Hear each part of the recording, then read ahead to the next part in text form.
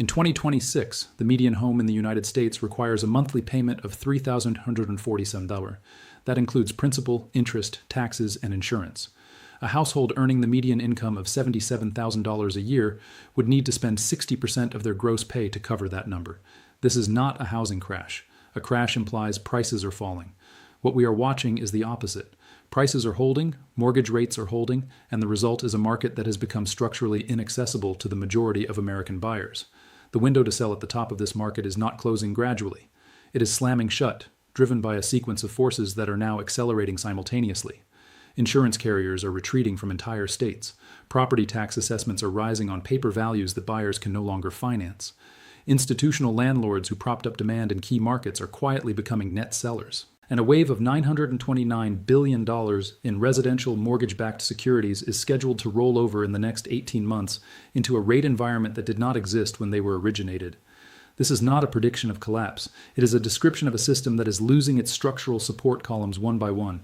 The timeline is already written in the data. What remains to be seen is how many homeowners understand what the data is saying before the market forces the conversation. To understand where the housing market is going, you have to understand how it got here, because the current moment is not an accident. It is the mathematical outcome of a specific sequence of policy decisions, capital flows, and incentive structures that compounded on each other over 15 years. The story begins in 2009. Following the financial crisis, the Federal Reserve introduced an emergency monetary policy that would eventually become the operating standard for over a decade. The federal funds rate was pushed to near zero, and the Fed began purchasing mortgage-backed securities directly, injecting liquidity into the housing market to prevent further price deterioration. This was the mechanism. Cheap money flowed into real estate, and prices began to recover. By 2013, the recovery was underway.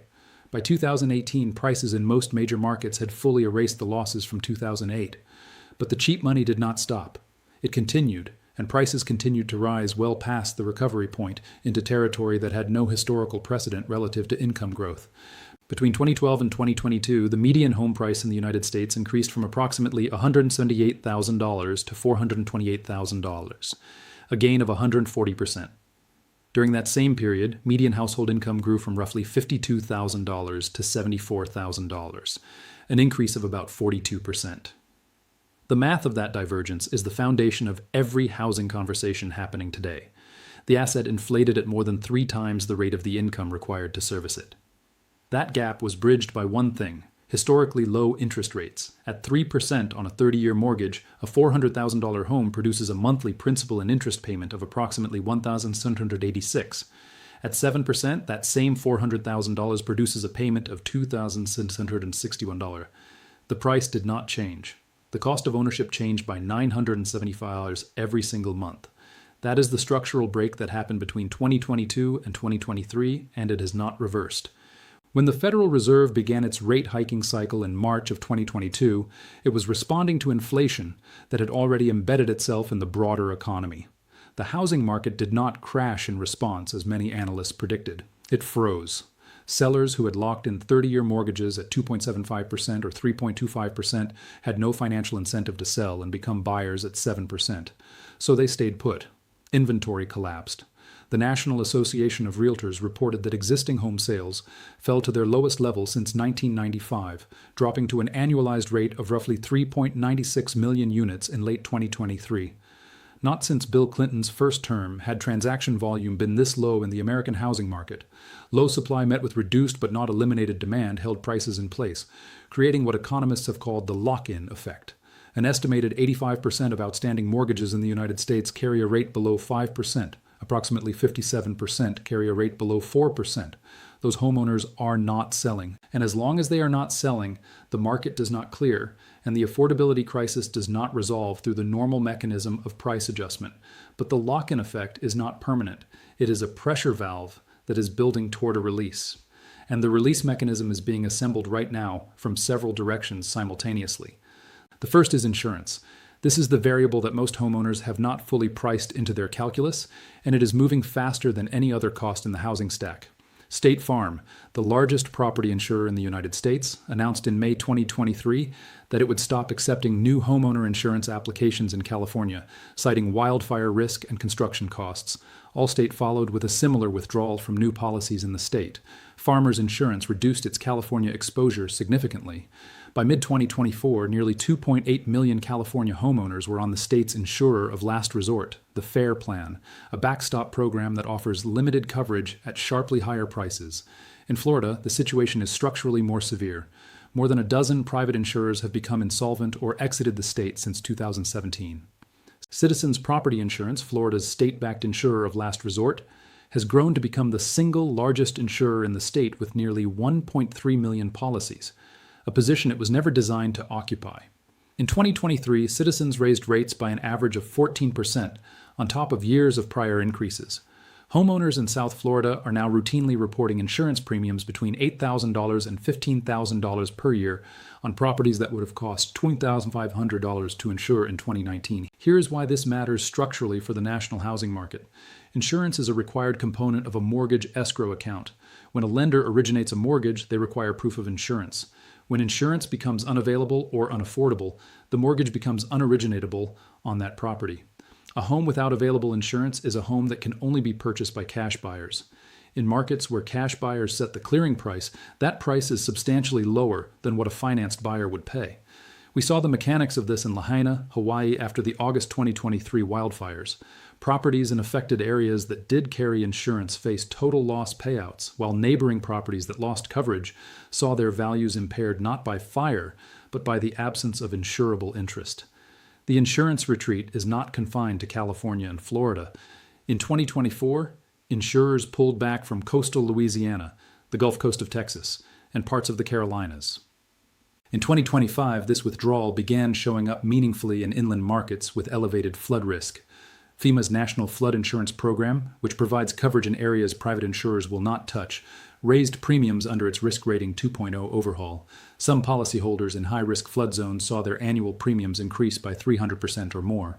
The American Property Casualty Insurance Association reported that insurers paid out more in losses than they collected in premiums in 18 of the past 24 years, which means the industry's pricing correction is still in its early stages.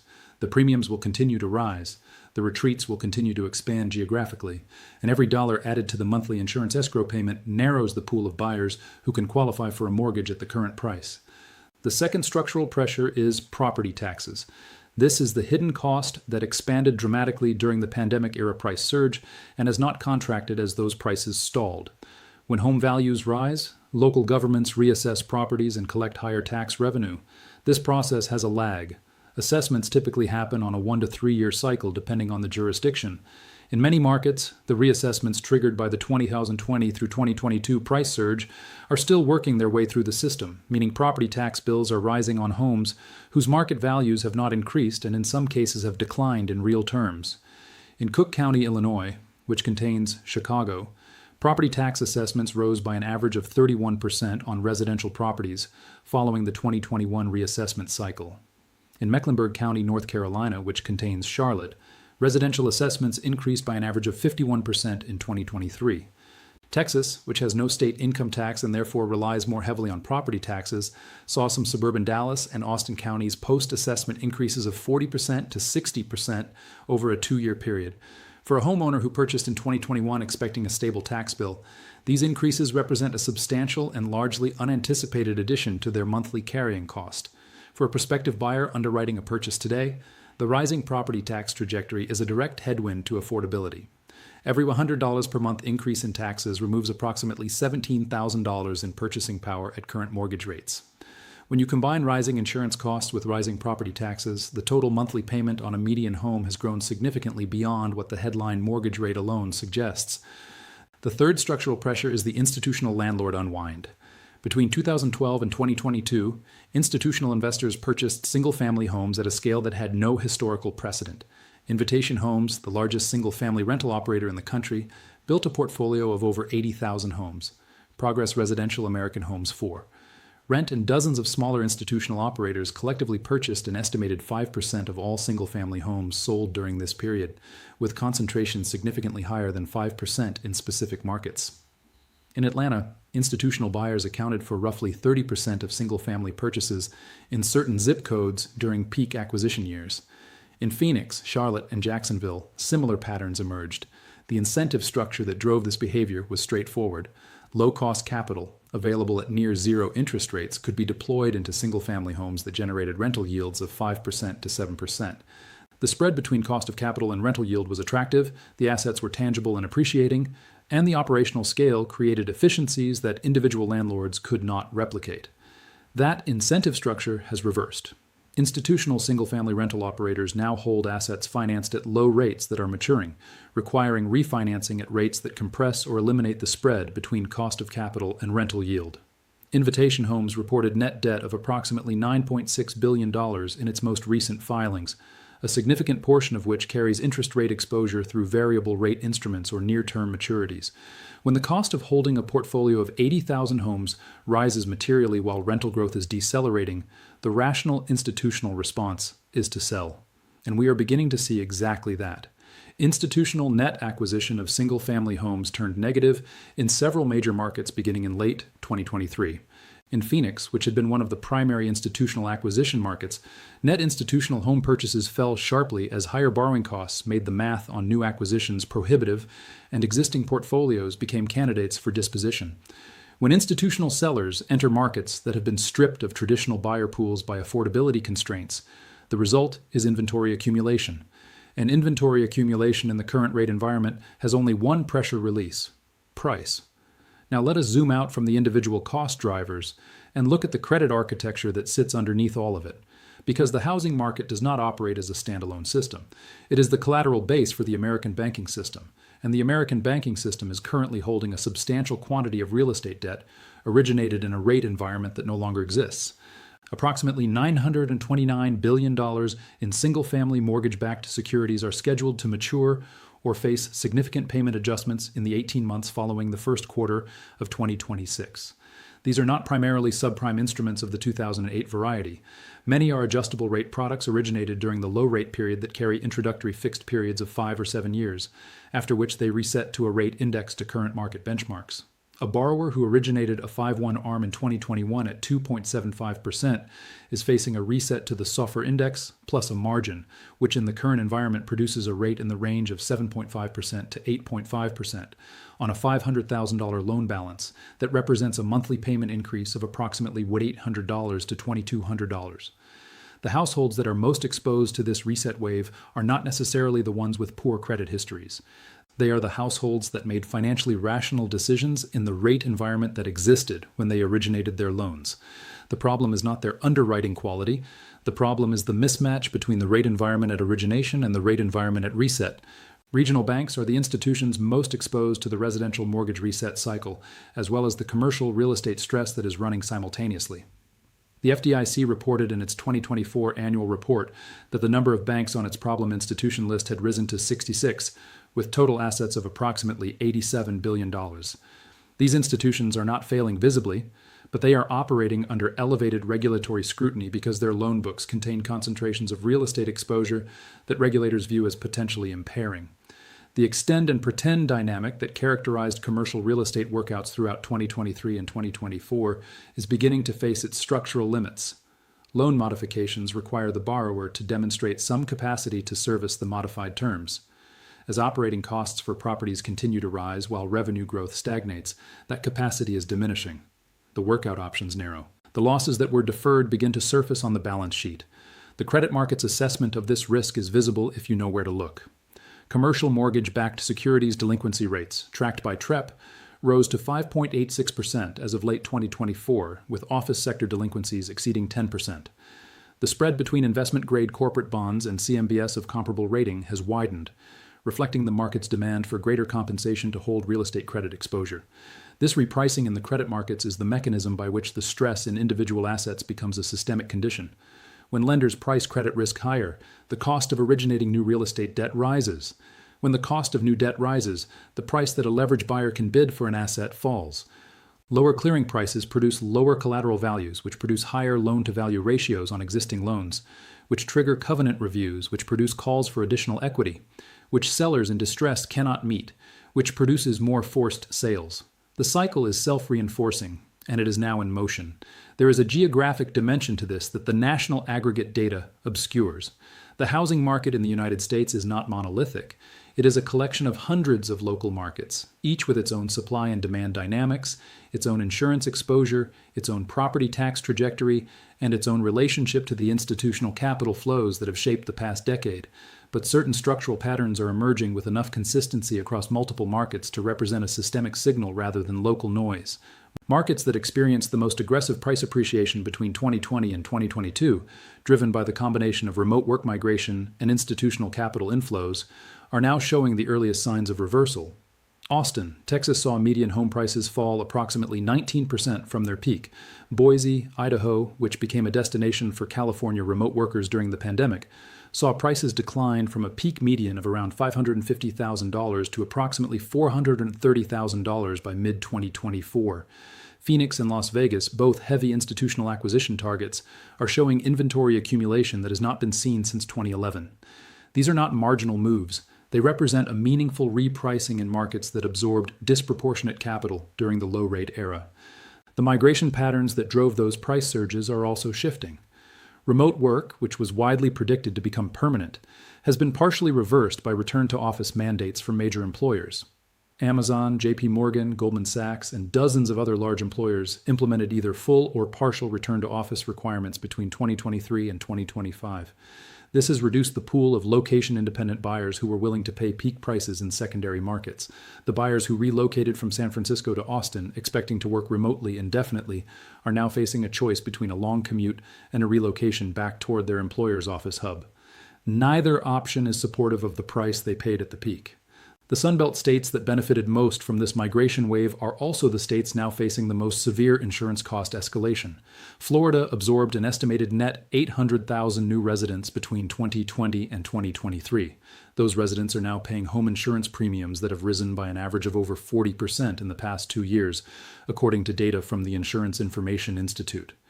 Texas, which attracted significant migration from California, is facing similar dynamics along its Gulf Coast exposure, with FEMA flood map revisions expanding the mandatory flood insurance purchase zones and increasing the required premiums.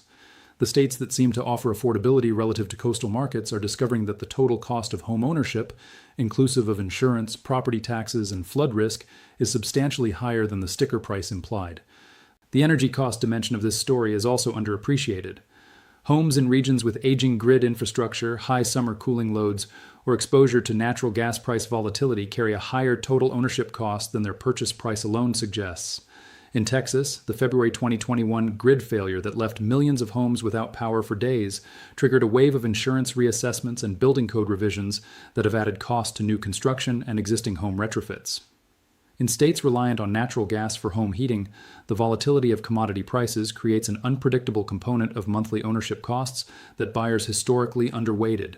Energy efficiency ratings are becoming an increasingly relevant factor in property valuation, as buyers begin to discount homes with higher expected utility costs. This brings us to the municipal finance dimension, which connects the housing market stress to the broader fiscal architecture of American cities and counties. Local governments in the United States are substantially dependent on property tax revenue to fund schools, police, infrastructure, and public services. When property values rise, tax revenues rise with them, allowing municipalities to expand services or accumulate reserves. When property values fall, that revenue base contracts, forcing either service cuts or tax rate increases applied to a declining assessed value base.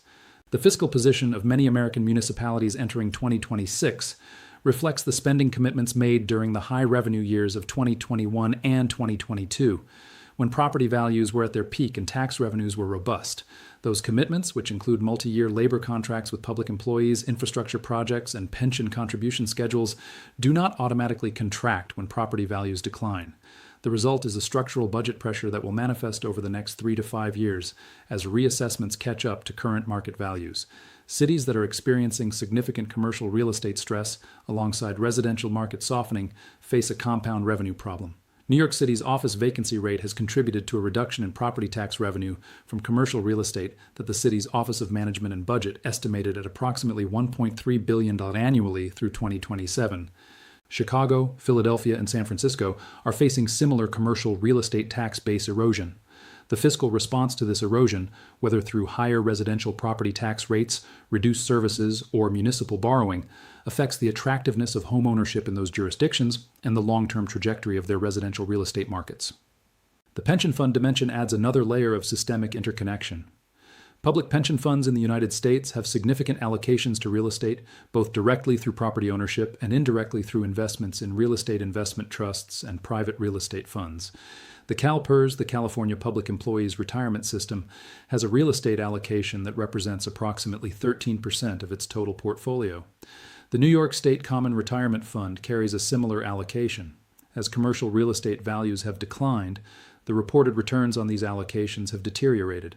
Because private real estate funds typically mark assets to model rather than to market, the full extent of these losses has not yet appeared in the reported performance figures. When the reassessments occur, pension fund balance sheets will show the impact, increasing pressure on the public employers who are responsible for funding the pension obligations. Those employers are primarily state and local governments whose revenue base is itself under pressure from the housing market stress cycle. The political response to housing unaffordability is worth examining as a structural input rather than a partisan observation. Policymakers at multiple levels of government are under pressure to address the affordability crisis, and the tools they are reaching for have specific and predictable effects on the capital flows and incentive structures that govern the market. Rent control expansion is one such tool. Several major markets, including New York, California, and Oregon, have extended rent stabilization provisions in response to affordability pressure. Rent control suppresses the return on residential rental investment, which reduces the incentive for institutional and individual capital to flow into the rental housing stock. Over time, this reduces the supply of available rental units, which counterproductively increases rents in the uncontrolled portion of the market. This is not a prediction of policy outcome. It is the documented historical pattern observed in markets with long-standing rent control regimes. Zoning reform is another tool being deployed with increasing frequency. Minneapolis became the first major American city to eliminate single-family zoning citywide in 2019, allowing duplexes and triplexes by right on any residential parcel. California passed a series of laws between 2021 and 2023 that allow accessory dwelling units, or ADUs, by right statewide and permit multifamily development near transit corridors without local discretionary review. These reforms are structurally positive for long-term housing supply, but their effects operate on a 5 to 10-year timeline. The permits must be approved, financing must be arranged, construction must be completed, and units must be leased or sold. In the near term, zoning reform does not move the affordability needle in a market where existing housing stock is the primary driver of price dynamics. The construction cost problem further constrains the near-term supply response. Material costs for residential construction increased approximately 33% between 2020 and 2023, according to the Associated General Contractors of America.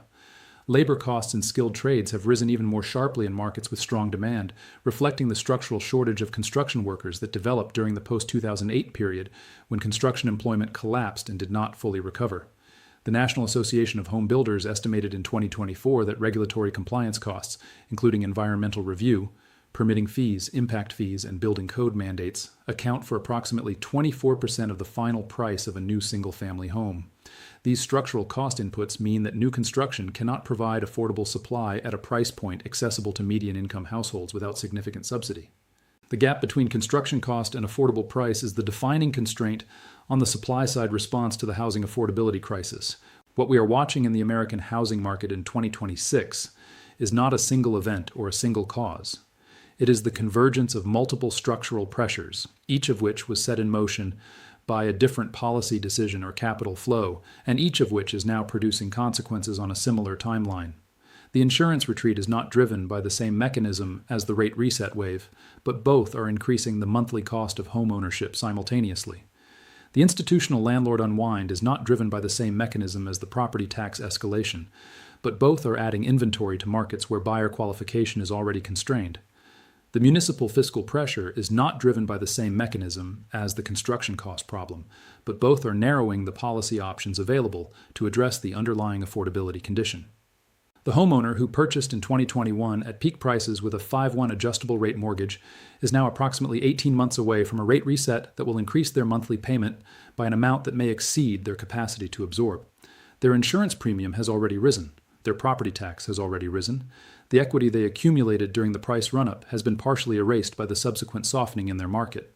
Their ability to refinance into a fixed-rate product is constrained by the current rate environment, and their ability to sell is constrained by the capital gains tax consequences of a transaction after a short holding period in a market where prices have not appreciated enough to cover transaction costs. This is not a household in immediate financial distress. This is a household under structural pressure, with a timeline that is measurable and a set of decision points approaching on a known schedule. The data that matters most in the coming months is not the headline median price figure, which is a lagging indicator smoothed across a wide range of transaction types. The data that matters is days on market, which reflects buyer urgency. It is the inventory to sales ratio, which reflects the balance of supply and demand. It is the percentage of listings with price reductions, which reflects seller capitulation. It is the delinquency rate on adjustable rate mortgages, which reflects the early stage of credit stress.